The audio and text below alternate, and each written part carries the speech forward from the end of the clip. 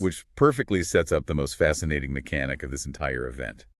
The 4 pillars of intent. This is wild. The sources revealed that the matching at this speed mingle is not just based on who happens to be standing next to the bar or who bought a ticket. They are actively matching people by purpose, not just proximity. When you register for the event online, you must select a deal breaker category that defines exactly why you are walking into that room. And they break this down into 4 very distinct, openly acknowledged pillars. Let's start with the first 2. Okay, the first one is networking. Professional ascent. This is for expanding professional horizons, finding mentors, collaborators, and industry insights. This first pillar is highly pragmatic. It acknowledges that people absolutely want to network and build their careers, but they hate the stale, fluorescent-lit, formal conference room vibe. They want to do it dynamically, perhaps with a craft beer in hand, in a setting that feels less rigid. Exactly. The second pillar is where it gets really interesting to me. It's called friendship. Social synergy. They described it specifically as finding a reliable workout buddy, a co-conspirator for late-night debates, or a brunch partner. They explicitly call it cultivating deep platonic bonds. This is incredibly rare to see formalized in this way, and it speaks volumes about the current state of society. Making genuine friends as an adult, Completely detached from your workplace or your children's school network, is notoriously painfully difficult. Our modern society has largely dismantled the third places, the community centers, bowling leagues, and local clubs that used to facilitate adult platonic matchmaking naturally.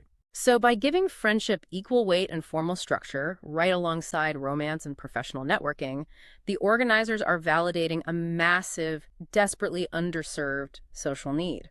Millions of people aren't looking for a spouse or a job. They just want someone to get a coffee with on a Saturday. Right. Now, the third pillar is what you would naturally expect at a mingle event: dating, romance, and real chemistry. They pitch this as skipping the superficial digital profiles to find an undeniable in-person spark. Completely bypassing the expensive, drawn-out scheduling and disappointment of a typical first date from an app. And then we have the 4th pillar. Which, frankly, blew my mind that they included it so openly right next to professional networking. It's called casual fun, spontaneous adult play. The source material strictly defines it as being for those seeking spontaneous hookups, low-commitment, high-energy interactions with clearly defined boundaries. It is a radically transparent, almost shocking approach to event design.